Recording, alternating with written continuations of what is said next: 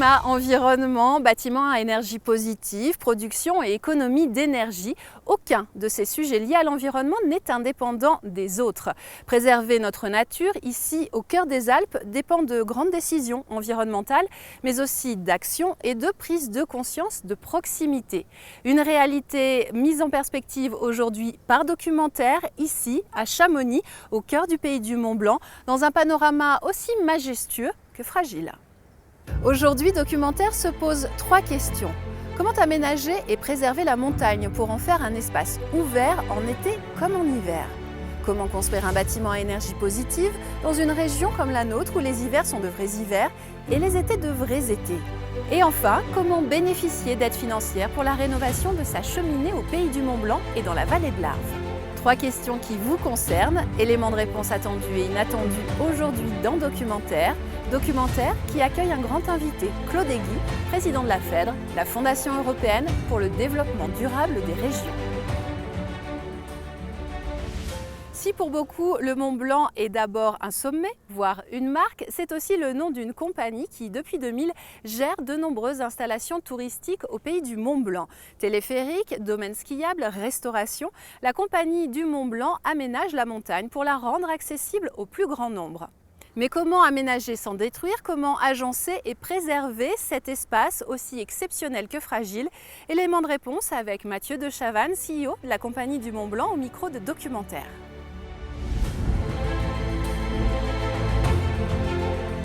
Alors la compagnie du Mont Blanc, on exploite les domaines skiables dans la vallée de Chamonix, donc le Brévent, la Flégère, le Tour, les Grands Montais, les remontées aux Ouches, et on a une activité de site d'excursion avec le téléphérique de l'Aiguille du Midi et 2 trains qui sont le tramway du Mont Blanc et le train du Montenvers. La politique a profondément évolué au cours des dernières années. On est passé d'un mode qui était beaucoup plus subi à un mode dans lequel on est proactif. Traditionnellement, l'électricité, elle était achetée et puis c'était une histoire de coût. Depuis quelques années, on est prêt à payer même plus cher pour avoir de l'énergie, ce qu'on appelle verte, qui provient exclusivement de barrages hydroélectriques. On finance 50% des transports en commun dans la vallée toute l'année, c'est plusieurs millions d'euros. La difficulté, c'est de passer des messages simples aux clients. Donc ce qu'on essaye de faire, en fait, c'est de faire des analogies avec des choses qu'ils font tous les jours. Exemple, on leur dit quand vous skiez sur un domaine skiable comme les Grands Montais, en fait, le bilan carbone de votre journée, c'est l'équivalent de prendre votre voiture et de faire 3,5 km en termes de rejet de CO2. C'est quand même paradoxal, il y a certaines personnes qui vont dépenser plus en venant sur le domaine skiable parce qu'ils veulent absolument prendre leur véhicule que le rejet de CO2 qu'ils vont engendrer en faisant 7 ou 8 heures de journée de ski. D'où, c'est des petits messages comme ça qui font que les gens petit à petit se disent « c'est quand même bête, je vais prendre le transport en commun ». Dans les années 80, les exploitants de remontées mécaniques cherchaient à aménager un peu le territoire en maximisant les appareils pour donner du confort aux clients. Là, depuis 3 ans, nous on est passé dans une démarche complètement inverse.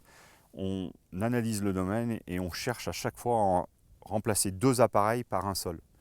On l'a fait au Grand Montais, 2 télésièges ont été démontés, on a mis une seule télécabine, c'est des pylônes en moins, ce sont des câbles en moins. On essaye de donner un confort accru aux clients parce que du coup, ils bénéficient de l'innovation des appareils. Mais bien souvent, c'est aussi une consommation énergétique en moins. Et évidemment, la pollution visuelle, elle est bien moindre. On a pour philosophie tous les ans d'entreprendre une démarche significative au niveau du nettoyage des sites, enlever les vestiges du passé. L'année dernière, par exemple, on a coupé un câble qui pendait du sommet de l'Aiguille du Midi jusqu'au plan de l'Aiguille. Ça permet justement d'avoir un environnement plus propre. On a enlevé les anciens pylônes de la télécabine du Brévent il y a 3 ans. Voilà. Donc tous les ans, on se fait cette démarche-là. Ça fait partie de notre responsabilité. Depuis 2 ans, on a lancé un laboratoire de l'environnement. On fait une cartographie de tous nos sites dans laquelle on recense la faune, la flore, les zones dans lesquelles les animaux se reproduisent, la présence de ces animaux, et ça nous sert justement à anticiper les futurs travaux qu'on peut avoir. On positionnera l'appareil dans une zone dans laquelle ça engendre le moins de répercussions négatives pour la faune et la flore. Donc cette cartographie, elle est faite. Et ça devient un vrai plan de travail pour nous et la base de notre stratégie.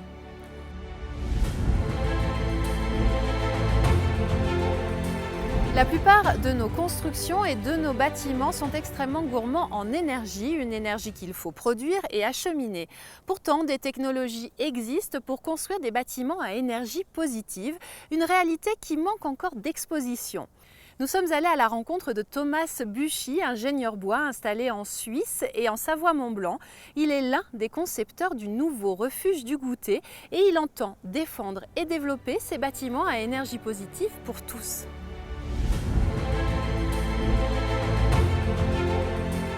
Les bâtiments engloutissent 50% des énergies fossiles dans le monde. Jusqu'à maintenant, on construit des bâtiments pour essayer de limiter au maximum la déperdition d'énergie.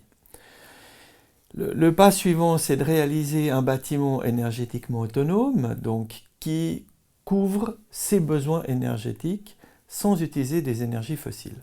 Pour moi, un bâtiment à énergie positive, en 2015, c'est un bâtiment qui doit produire plus d'énergie qu'il ne consomme.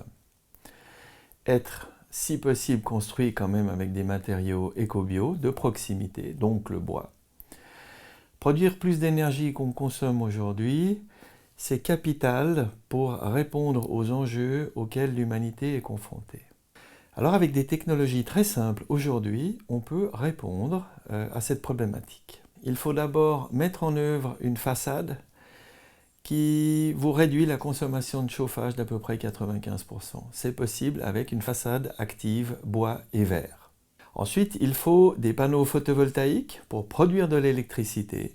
Et en dernier lieu, il faut une pompe à chaleur de très faible puissance pour pouvoir fabriquer de l'eau chaude et produire le complément de chauffage pour les rares fois où il y aura besoin de l'utiliser.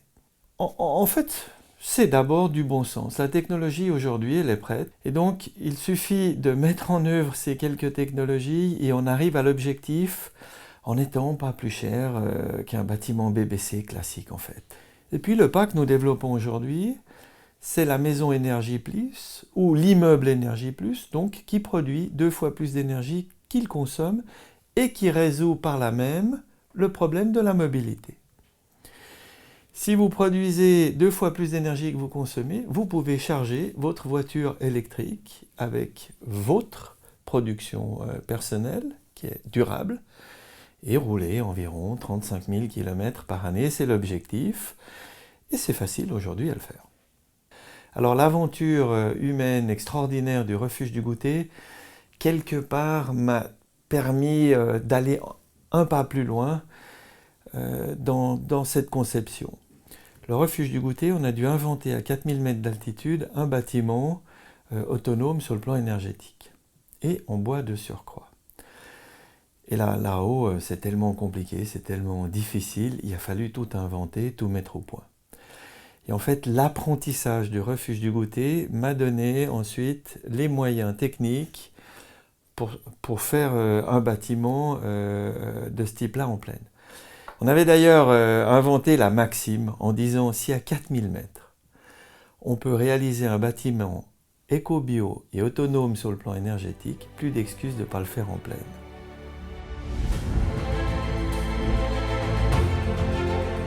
Une soirée d'hiver, une fondue, un feu de cheminée, une carte postale idyllique qui fait envie à chacun d'entre nous. Mais derrière la carte postale se cache une pollution qui, au pays du Mont-Blanc et dans la vallée de l'Arve, est lourde de conséquences. Des feux de cheminée pointés du doigt qui sont aussi à l'origine d'une initiative pour inciter chaque habitant à rénover sa cheminée pour moins de pollution et tout autant de plaisir. Un sujet de Didier Fredevaux et Lorraine Aratic. La vallée de l'Arve, c'est un des territoires où on a encore une problématique de pollution atmosphérique, du fait notamment des conditions topographiques, avec les polluants qui ont tendance à s'accumuler dans le fond de vallée. Donc malgré l'amélioration de la situation ces dernières années, on a encore des polluants qui s'accumulent dans le fond de vallée et qui vont dépasser les valeurs réglementaires. Sur les polluants qui sont préoccupants dans la vallée de l'Arve, donc les poussières en suspension d'un côté, l'origine principale c'est le chauffage au bois non performant puisque plus de la moitié des émissions de particules en suspension sont liées au chauffage bois non performant. Et on a un autre indicateur de pollution qui sont les oxydes d'azote. Et là, pour ce composé-là, on a l'essentiel de la pollution qui est lié au trafic routier. Pour autant, c'est vrai qu'aujourd'hui, sur ces deux composés, le polluant qui est le plus préoccupant à cause de ces niveaux et qui impacte une plus grande population, ce sont les particules en suspension. La plupart des habitants de la région pensent que l'essentiel de la pollution est lié soit au trafic routier, soit à l'industrie. Mais eux-mêmes se placent plutôt en dernière position comme acteurs de la pollution. Depuis le Grenelle de l'environnement, de nombreuses actions sont aujourd'hui menées par les pouvoirs publics pour contribuer à la diminution des émissions de particules polluantes et préserver ainsi la santé des habitants de la vallée de l'Arve et du pays du Mont-Blanc. C'est le cas notamment de l'action Fonds Air Bois, une opération pilote unique en France qui vise à allouer une aide financière aux particuliers afin de remplacer leur ancien appareil de chauffage par un appareil non polluant. Pour bénéficier du fonds Air Bois, 5 critères à respecter. Il faut déjà que ce soit une résidence principale. Il faut habiter donc sur le périmètre du plan de protection de l'atmosphère de la vallée de l'Arve, c'est-à-dire entre Valorcine et La Roche-sur-Foron. Il faut remplacer un ancien appareil de chauffage au bois polluant ou un ancien foyer ouvert antérieur à 2002. Ensuite, il faut choisir un nouvel appareil performant, donc flamme verte 5 étoiles au moins ou équivalent, avec des émissions de particules fines inférieures à 50 mg normomètre cube. Et enfin, il faut que l'appareil soit installé par un professionnel certifié Calibois ou Calibat Bois Énergie. En plus d'agir directement sur la qualité de l'air, les nouvelles installations de chauffage au bois assurent un réel confort de vie. Elles sont aussi synonymes d'économie. Autant d'atouts qui poussent aujourd'hui bon nombre d'habitants du pays du Mont-Blanc à se poser les bonnes questions. Moi, j'ai toujours eu quand même une démarche de faire attention au niveau de la pollution et tout ce qui est écologie. Quand j'ai appris la connaissance du fonds Air Bois et de toutes les mesures qui étaient mises en place, évidemment, ça m'a interpellé. Pour deux raisons. D'abord, j'ai compris que l'insert avait quand même un impact au niveau de la qualité du chauffage qui était très intéressant. Et surtout, au niveau de la qualité de l'air ou dans la région, c'est quelque chose qui est important. En 2 ans, le fonds Air Bois a séduit près de 1400 foyers dans la vallée. Un chiffre en constante progression depuis et qui encourage à poursuivre les efforts pour le bien-être des locaux d'aujourd'hui, mais également de demain. On voit qu'on a des leviers pour agir. Et pas seulement parce que quand on parle quelquefois de gaz à effet de serre, on se dit oui mais c'est à l'échelle mondiale, c'est loin, et qu'est-ce que l'on peut faire localement nous? Et là en fait on arrive à lier les deux, c'est-à-dire qu'en travaillant sur la pollution, ça a un effet sanitaire local. Donc on peut agir localement et ça peut être bénéfique en plus pour l'ensemble de la planète.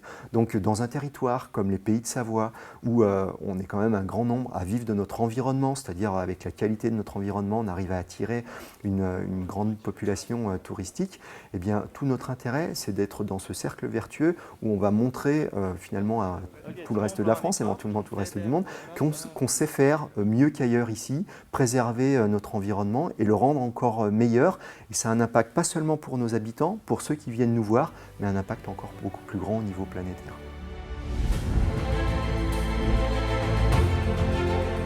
Grand format événement aujourd'hui avec Olivier Thévenet, rédacteur en chef d'Alpes Magazine, qui est parti à la rencontre de Claude Egui, le président de la FEDRE, la Fondation européenne pour le développement durable des régions. Claude Egui entend notamment défendre l'idée que préserver notre planète dépend de nos actions et de nos comportements dans nos régions. Nous sommes à Chamonix, au pied de ce magnifique massif du Mont-Blanc, au cœur d'un sujet qui nous tient à cœur et qui vous tient à cœur, Claude Egui, le réchauffement climatique, le changement climatique. Mais avant d'aborder ce sujet, j'aimerais que vous nous disiez quelques mots sur la Fondation FEDRE, européenne pour le développement durable, une fondation que vous dirigez et qui, comme son nom l'indique, milite pour un développement durable. La Fondation européenne pour le développement durable des régions est née au Conseil de l'Europe à Strasbourg.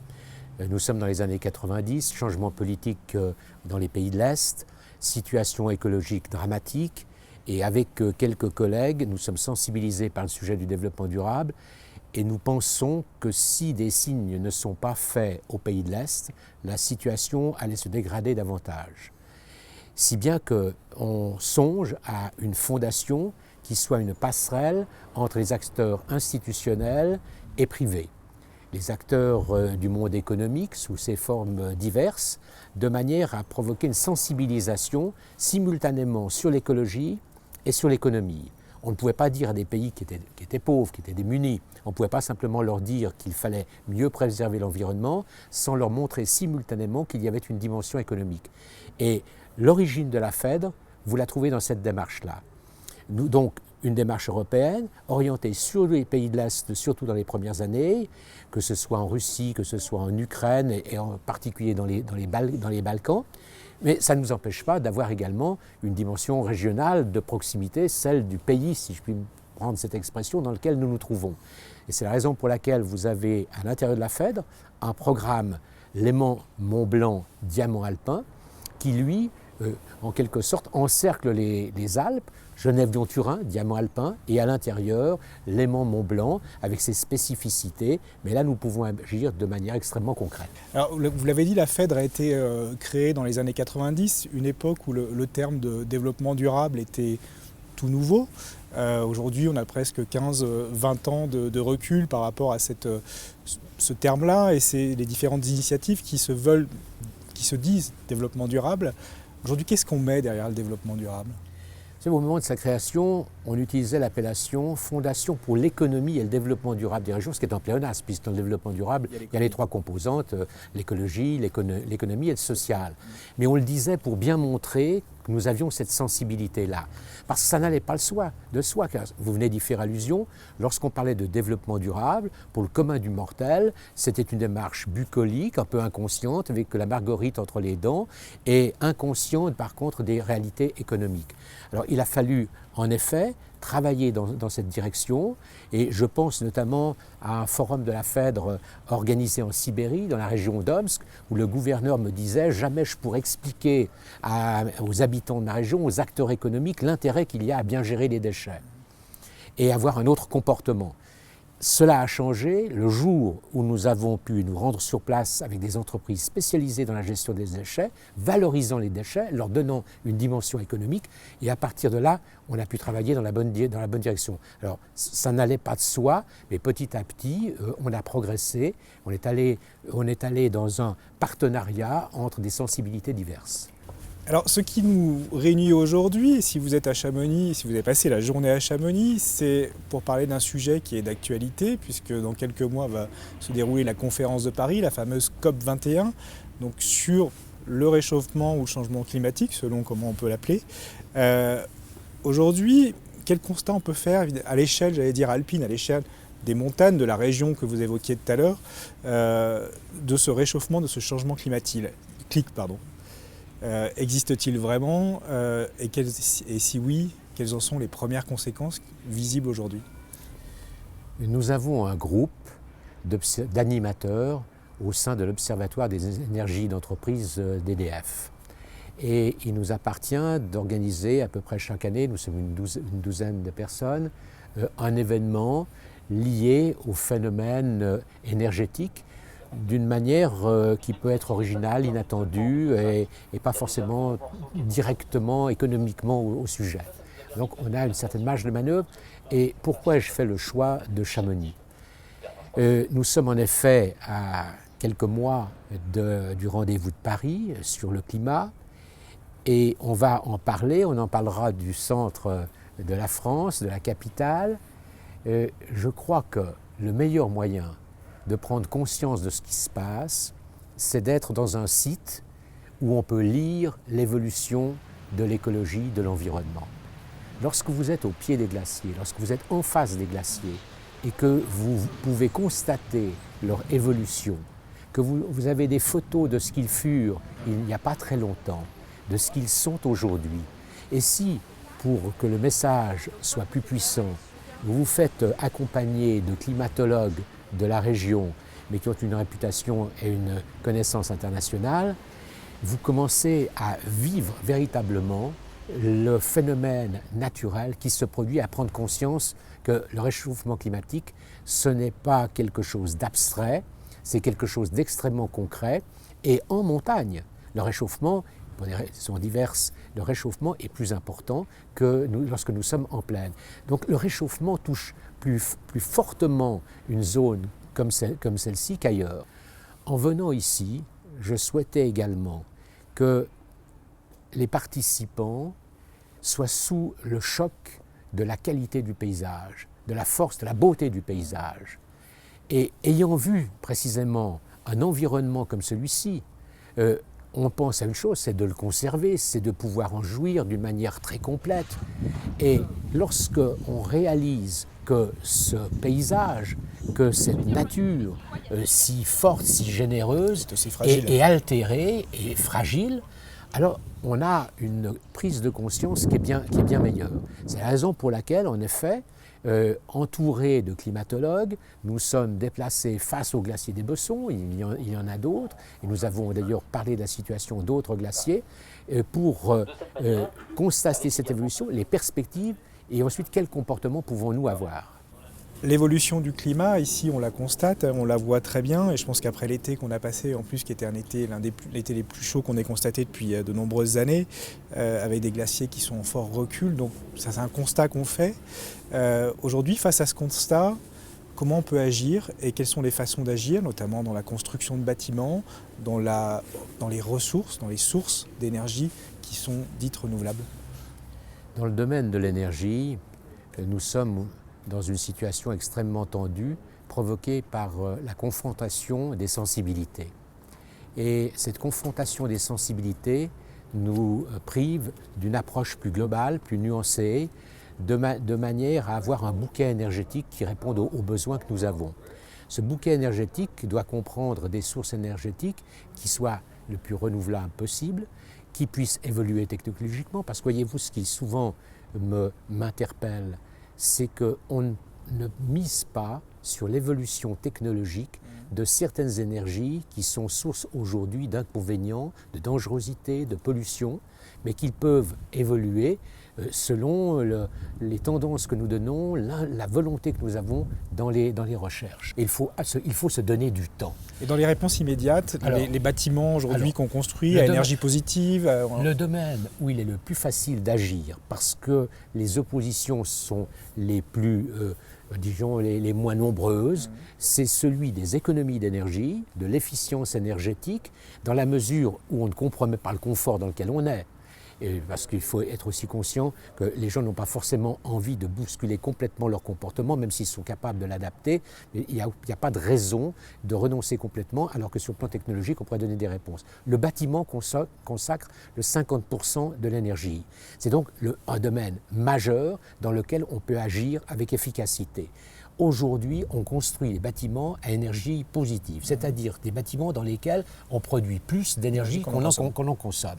Après, c'est une question d'équilibre. À quel moment on consomme l'énergie que l'on a produite? Eh bien, comme on ne peut pas la consommer tout de suite, elle part sur le réseau. Mais il y a encore dans ce domaine-là précisément quelques perspectives nouvelles, et on a eu la démonstration aujourd'hui avec ce qui nous permettrait de stocker de l'énergie renouvelable dans le bâtiment qu'il a produit. Et du même coup, de ne pas avoir besoin d'être relié au réseau. Il y a un exemple ici qui est l'exemple du refuge du Goûter. Alors le refuge du Goûter est un bâtiment qui est très largement à énergie positive, qui a la plus large autonomie possible. Et il est exemplaire parce qu'il est mythique, ce qui ne veut pas dire qu'il n'y ait pas encore quelques améliorations qu'on puisse lui apporter, mais véritablement c'est un signe. À 3800 mètres, on a réalisé quelque chose déjà d'exceptionnel, c'est donc dire qu'on peut faire en tout cas ce qu'on a réalisé là-haut en plaine et qu'on peut peut-être faire encore un petit peu mieux. Tout cela, c'est un mouvement qui est donné, et cela, ce sont des sources qui sont extrêmement intéressantes, des perspectives qui sont extrêmement intéressantes et qui doivent nous rendre plutôt optimistes plutôt que d'être dans le défaitisme qui caractérise la démarche concernant le développement durable.